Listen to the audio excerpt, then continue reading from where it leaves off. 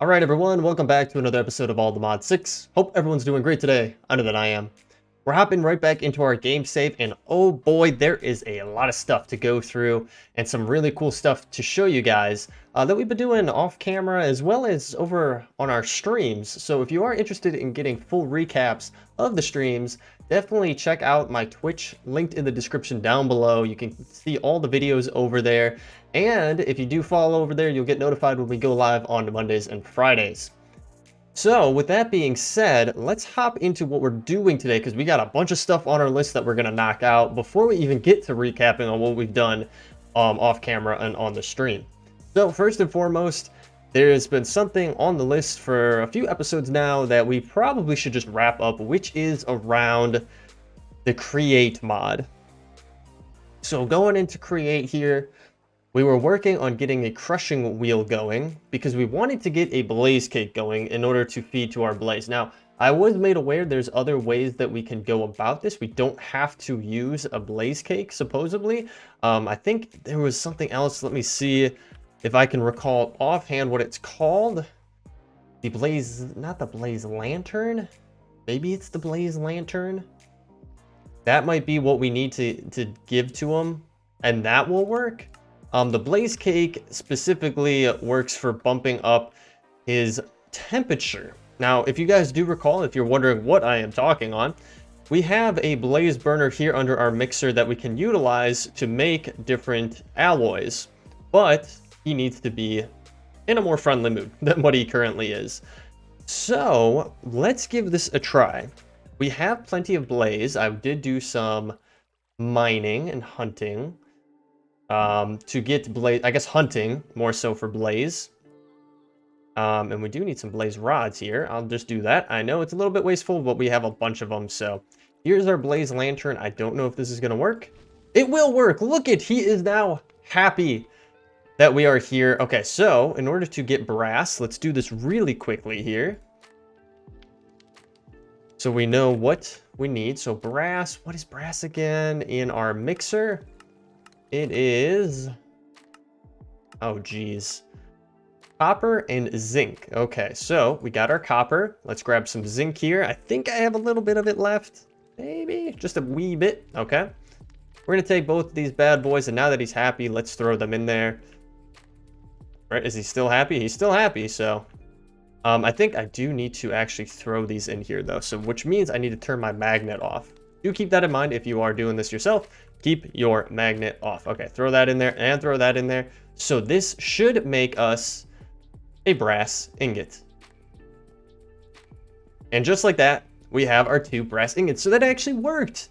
So shout out to whoever left that comment. I am sorry, I don't recall offhand who left it, but I do appreciate it that actually did work. So we don't actually have to get the blaze cake going in order to do this, but we still have our grinding stones, our crushing wheels. So I wanted to get that up and going, and I've already tested it working. So what we're gonna do is grab a bunch of materials from over here. Let's organize this a little bit. We'll put that in there for the time being. Get our bow on here, get our pick on here. I actually have a silk touch pick going right now, which is awesome. It's definitely been useful to have for collecting certain things, but we need all this stuff. So let's grab it. And we're going to come into here. So we are going to put our crushing wheels in here. And we're going to utilize a different type of power from create to get this going. So for this, you need a furnace. And then from there, you also need a furnace engine. Now this is from create.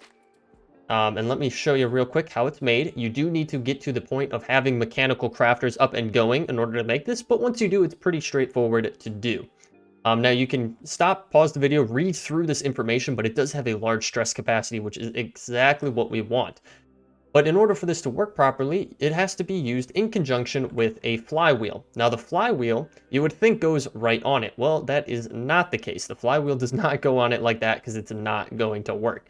It actually needs to be 1 block away, at least. I believe you might be able to go farther. But this is exactly what we want, 1 block away. And as you can see, it now has some connected textures. Now for this to work, it does have to be burning. So for us, we're just going to put some charcoal in here for the time being and let this run. But as you can see, it is now powering the furnace engine, which is now changing how the flywheel works.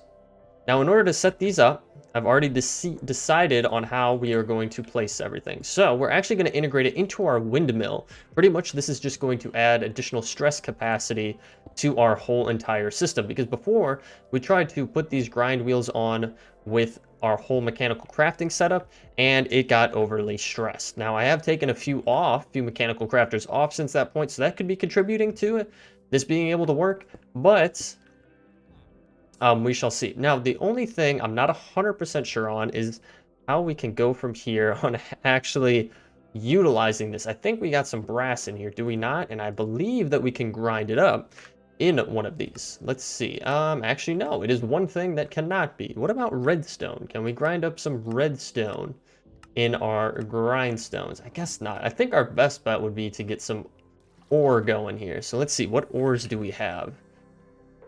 We do have an aluminum ore. I believe we can utilize this. We can. And now I don't know how this works, so we're going to have to give it a good try here. So sounds like it has to be from above maybe. So if we maybe kind of come up here and I throw this down. And I don't know also if it needs to be in different directions. That could be the case as well. All right, guys, it took me a hot second to figure out what we needed to do, but I think we are good. We are getting a little bit of an animation as well as these are rotating around. So let me run you through on some things that I learned in those couple minutes away. So first and foremost, the wheels need to be on the same speed. So when we were looping them into our overall setup here, what ended up happening is we would have a higher speed from the flywheel and the furnace engine than we would from our windmill here. So it wasn't working. So what I went ahead and did is this crazy mess that it is, because I was determined to have it in this area here. We have our engine with our furnace engine on top, our furnace with our furnace engine, our flywheel that is hooked over to this gearbox, and then there is a gear shift in it, which is going to change the direction that it's going. And as you can see, looping over to here, now they are both going in, well, they're going opposite directions here. So I think it worked right. Like if I were to take out this gear shift, right, and we were just to put in a normal shaft here, I don't think it would work in the right way. If I get that back, come on, can we get this working right? Don't know why it doesn't like that. For some reason, it is not a fan of us trying to put this in here. There we go. Actually, no, that does work. So we don't even need a gear shift. That should work in the right way, just like that. But obviously I had to kind of maneuver it so it didn't connect into this. So this should be working. So all we have to do now is throw in some ore. And as you saw, it got sucked down into it and it got put out as crushed ore, crushed aluminum for us. So we do have it working. I went about that. That was a lot harder and more complicated than it needed to be, but that is what it is. So we do have that up and going, which is perfect. I think this is a really cool setup if you guys are on your own playthrough. Highly recommend it, and now we have it in here so we could utilize it. We could even get an automated system set up if we really wanted to, but we have so many other crushing capabilities in this mod pack, I don't see the need to have to do it that way. So, all right, moving right along then to kind of more so the bulk of what this episode is going to be. Now, as you may see, we have added a few more decorations to our area for enchanting, which is really cool. I went back to the nether, got a bunch more stuff. We got some of these awesome boric campfires going, just some more foliage and different blocks and things like that. I've switched it up a little bit, and we've also extended our walkway here over that direction. Nothing over there just yet, just kind of planning for the future here.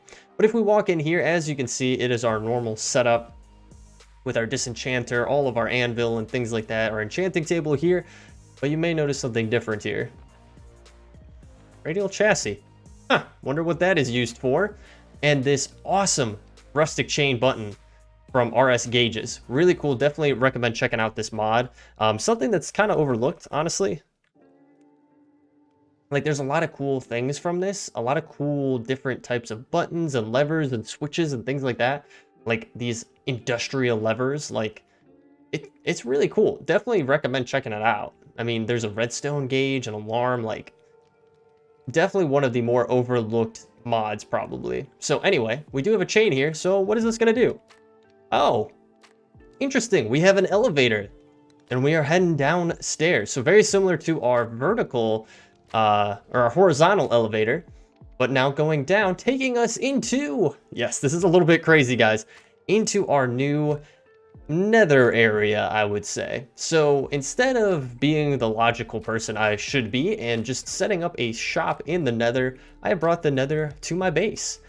So I dug straight down under our enchanting area, obviously, and I found a huge cavern here, and I decided to netherize it, pretty much. So tons of decorations, tons of netherrack. Some of the tools that actually helped me with this are the exchanging gadget and building gadget from the building gadgets mod. These are relatively straightforward to make. The building gadget is a little bit easier to go with. If we go with building, this one is a little bit easier. You just need some diamonds. It's the exchanging one that's a little bit more pricey because you do need all the modium for it. There's also a copy and paste gadget, which is relatively cheap as well. And then there is paste and templates and things like that for the copy and paste gadget. I haven't really used that one, but the building and exchanging gadget have been around for quite some time, and they're extremely useful when switching out blocks and trying to build solid platforms, I should say. Anywho, so yes, as you can see, it's quite the transformation here. There's still a lot of work to be done here, but I did manually place all of this lava. Very crazy. Took me a long time to do that. And then, yeah, we have some crimson trees in here, nether wart blocks. I hand placed pretty much everything in here except for some of the foliage and some of this ground. I did not hand place. I used the exchanging gadget for it, but yeah, it's pretty awesome. And I have a lot of ideas for it, but the main purpose for the time being is potions. That is right. Today's episode is all around potions and charms. So we have our nice little setup here. We do have a cool little mushroom chest. You can get this if you use Silk Touch on a mushroom. It's pretty straightforward to make. I could actually pull it up here so you guys can see. Mushroom chest, you just need red mushroom blocks. Again, Silk Touch on a mushroom out in the wild, and you'll get that. We also have a diamond furnace here, just because I kind of figured it would go with the vibe here, like the style, the color, and everything like that. And then finally, we have our water here for our potions. And in the chest, we do have some stuff for today's episode. So, like I said, we are getting into some potions, and there's some really, really cool potions that definitely will help out with our gameplay. Not only with us personally and you know, resistance and strength and regeneration and all those common ones that we are used to, but also with finding certain ores. Now, we do have a spider somewhere above us, probably back behind here, because one of my cheaty things that I did is I did not make this fully enclosed back here. As you can see, there's still a huge part of this cavern that is wide open. So a little bit cheaty, but it would have taken me an eternity to get everything closed up down here. So it is what it is. Let's hop back through here though, close this up just like so. But yes, there are ways that we can have potions that will help us find certain ores. Now, one of the big ones that we have been struggling to find is emeralds. So why don't we do that? And I have it pulled up here on the side here. It is a potion of emerald sight from the Potions Master mod. Now, we do need some mundane potions here. There's a whole bunch of different ways that you can actually get these. I mean, blaze powder is one of the ways, but you can also use redstone dust, surprisingly, to get some mundane potions. But you can also use spider eyes. So we're going to take 3 glasses here. 1, 2, 3. And plop these in here. I believe we can also use a nether wart, if I am not mistaken here. If I am remembering correctly from my basic Minecraft understanding. Oh, I guess you cannot use a nether wart. I think it's used for something else. Well, I brought nether wart with me, but we can use this. Maybe we can't use this spider eye. Did it not just tell me that we could? Oh, that's because we need some power. And I don't have them on me. Please hold. All right, I got what we needed here. Like I said earlier, I have been doing a little bit of farming, so I have a good amount of blaze powder, and I threw it into a mechanism crusher. I believe that's it. Yep, because you get 4 from it, which is way better than getting the 2 that you would get base. So highly recommend, if you have a Crusher from Mechanism up and going, throwing your Blaze Rods in there. So there we go, we have our Mundane Potion, right? Now we need to get this Calcinated Emerald Powder. Now in order to do this, you do need Emerald Powder and smelting it up. That's why we have our furnace down here. Now this is pretty straightforward. You do need a pestle and mortar with an emerald. The pestle does take a diamond, so keep that in mind. I do believe then the mortar is actually pretty straightforward, just some bricks and a cooked stone from Minecraft, not cobblestone. So what we're gonna do is we're gonna grab our emerald powder. I'm gonna throw it in here. I'm also gonna grab our other ones because there is one for aldomadium and diamond as well. We're gonna throw that in there and let that cook up, but we'll take this calcinated emerald powder, we'll throw it in there and let it go. We're going to do the same with our aldomadium powder once we have those ready to go, and the diamond one as well. We're going to throw those in there. How are we doing here? It is slowly but surely getting there.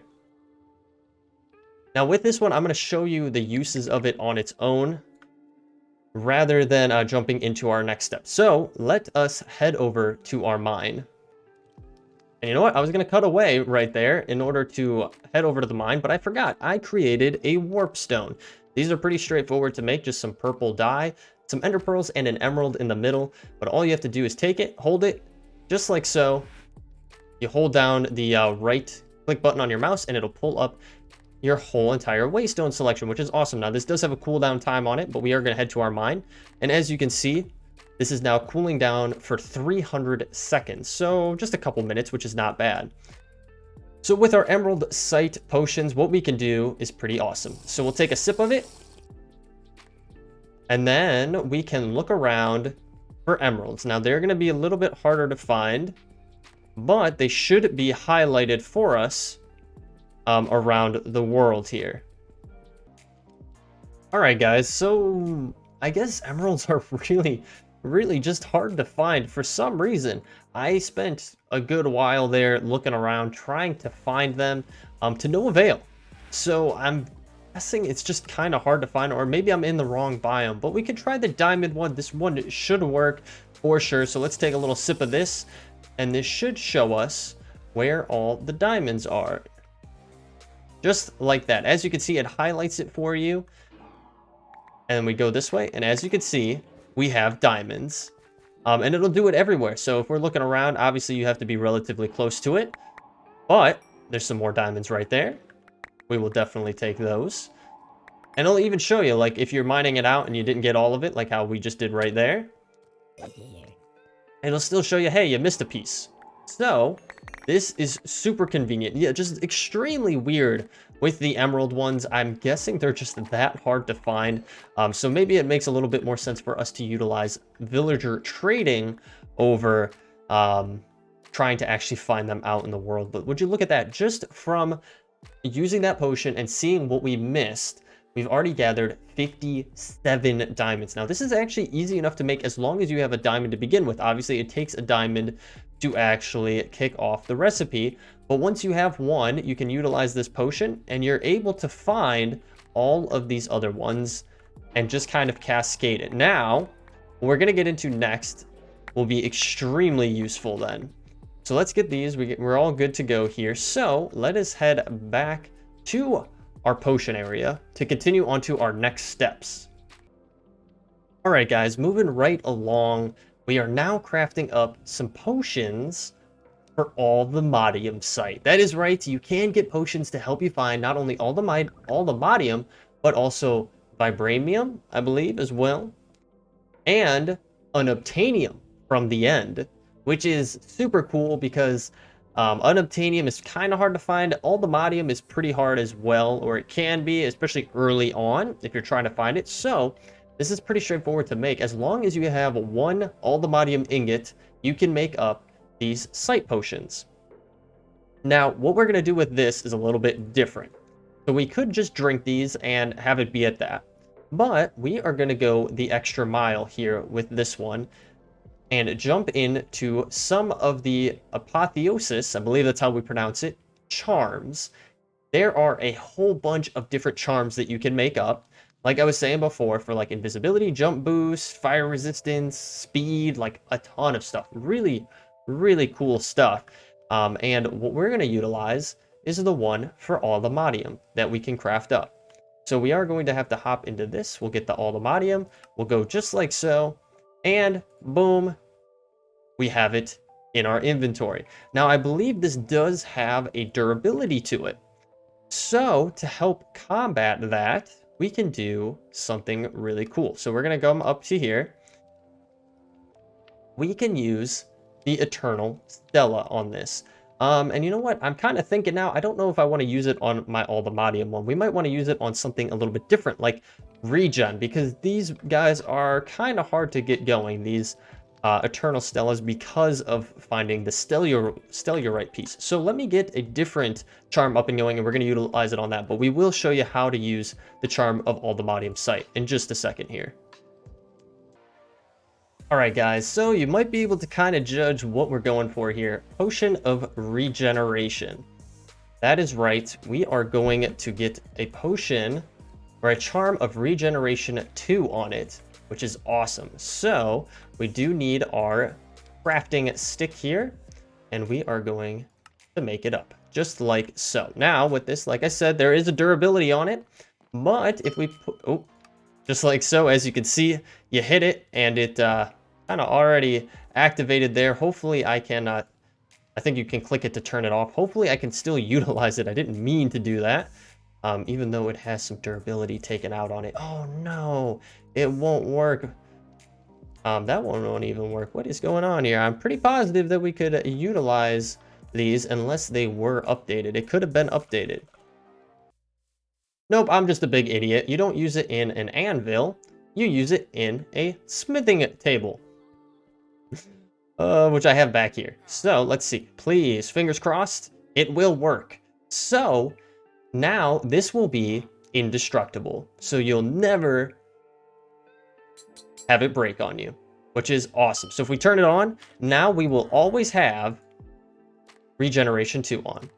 Always have regen, which is awesome. So even if we were dying of hunger, it would still keep us going, which is definitely something we want to have, which is super cool, especially because of what we're probably going to get into the next episode, which is heading to the end. Now, I will show you how the Allthemodium one works here. I don't believe, though, that you can you put Unbreaking on it? You can actually put Unbreaking on it. Do I have an Unbreaking hanging out in our chest here? I have a few things in here, so I'm just kind of curious if we do, or did I use it? I might have used it. What was that? Life Leech, Pedestal Efficiency, Protection. Come on, do I not have it? I do have Unbreaking on that one, but we do need some books. All right, give me 1 second. All right, figured I'd show you guys how this works. So we are using the Disenchanter here. I have this sword that I picked up from whatever dungeon I picked it up from, and it has the Unbreaking that I want on it. So we just put some books in here, and by one, it will actually take off the enchantments and put them onto books, which is super cool. And then once it's done, you have a blank sword. We don't need that, so we're going to get rid of it, and we don't need those other two currently. So we should be able to take our Charm of Allthemodium with our Unbreaking on it. I believe it's Unbreaking 4, right? It's not Unbreaking 5, it's Unbreaking 4, but 35 levels. Totally worth it, because this will last us quite some time. So now we should be able to go back to our mine, enable this, and see what we can find. Now for this one, it probably makes a little bit more sense to just put Unbreaking on it, considering you're not going to be using it all the time. Now, whereas our Regeneration one, it makes sense to put the Indestructibility on it because we can just have it going consistently. This we're only going to really be using when we're in the mine. So we'll click it on and we'll see if we find some. Look at that, right off the bat. Right here, there was some Allthemodium hanging out. And as you can see already, it's pretty much indestructible as is with that enchantment on it. I mean, it hasn't taken any durability loss at all. And now let's see, are we going to run into any more? Now there is like a limited sight on it, so you're only going to see so far ahead of you. As you can see there, we do have one piece right here. But boom, perfect. And like I said, we can go around and keep looking for it. Aldemodium. And you can do this with the other ones as well, which is awesome. Now, again, for whatever reason, we were having such a hard time with the emerald one, but for the diamond one, it does work very, very well. And I would assume for the emerald one, it would work as well, but they're very rare, I guess, is just what it is. So I'm going to craft up maybe one other charm here, and then we're going to wrap up the episode. All right, guys, you might be able to judge what I am making based upon what you're seeing here. We are getting a charm of water breathing. Yes, that is right. This will be extremely useful because water breathing is kind of one of the things that sucks. Now, I feel like with regen on, it kind of already helps us against it, but with water breathing, we should just be pretty much set in stone here. Now, the one thing to consider with water breathing is in order to get these, you do need a pufferfish. It doesn't seem like it'll take any other fish other than a pufferfish. Now, these can be kind of hard to come by. For us, I actually got lucky. I have a fishing rod with Luck of the Sea 1 on it, and first try, I was able to get what we needed. Now we have that. Take this off just for a hot second, grab this. We'll get our water breathing potion going just like so. Our charm of water breathing, and we are good to go. And then we could just keep that on all the time if we really wanted to. Now there is another way that you could get pufferfish or just fish in general, and I did get that set up, so I will show you guys here in just a second as to what that is. Once we get up here and we get a little farther out. Now that is the one thing that stinks, is our wireless crafting grid does not reach that far down into our nether area or our potion brewing area, which is a little bit unfortunate. So let me see though. Let's get this up and going. We do want one of these. I think this is going to be, oh no, I do have one more left. So that is really good that I can utilize that other one for something else. Those pieces are really, really hard to find, or at least I've had a hard time finding them. So we can take our water breathing charm, put our indestructibility on it, and just turn it on. So we should always have water breathing, which is so, so nice. But like I was saying, there's another way to get fish, not only for this, but as a source of food. And that is through the water strainer. This is actually pretty cool. Basically, you just have a strainer, you put it underwater with a actual strainer itself. So you have the base and then the actual filter, you could say. So if we go to the mod, there's not too many items that go along with it. You do have some string and mesh, iron mesh, obsidian mesh, and you can mix it to make different strainers, as you can see. And each one kind of does something a little bit different, or offers something a little bit different. So the survivalist one can offer some useful materials. And you can go through different tiers to increase efficiency and uses. There's also the fisherman one, which is what I am using. And again, it'll increase efficiency as you progress through the different tiers of it.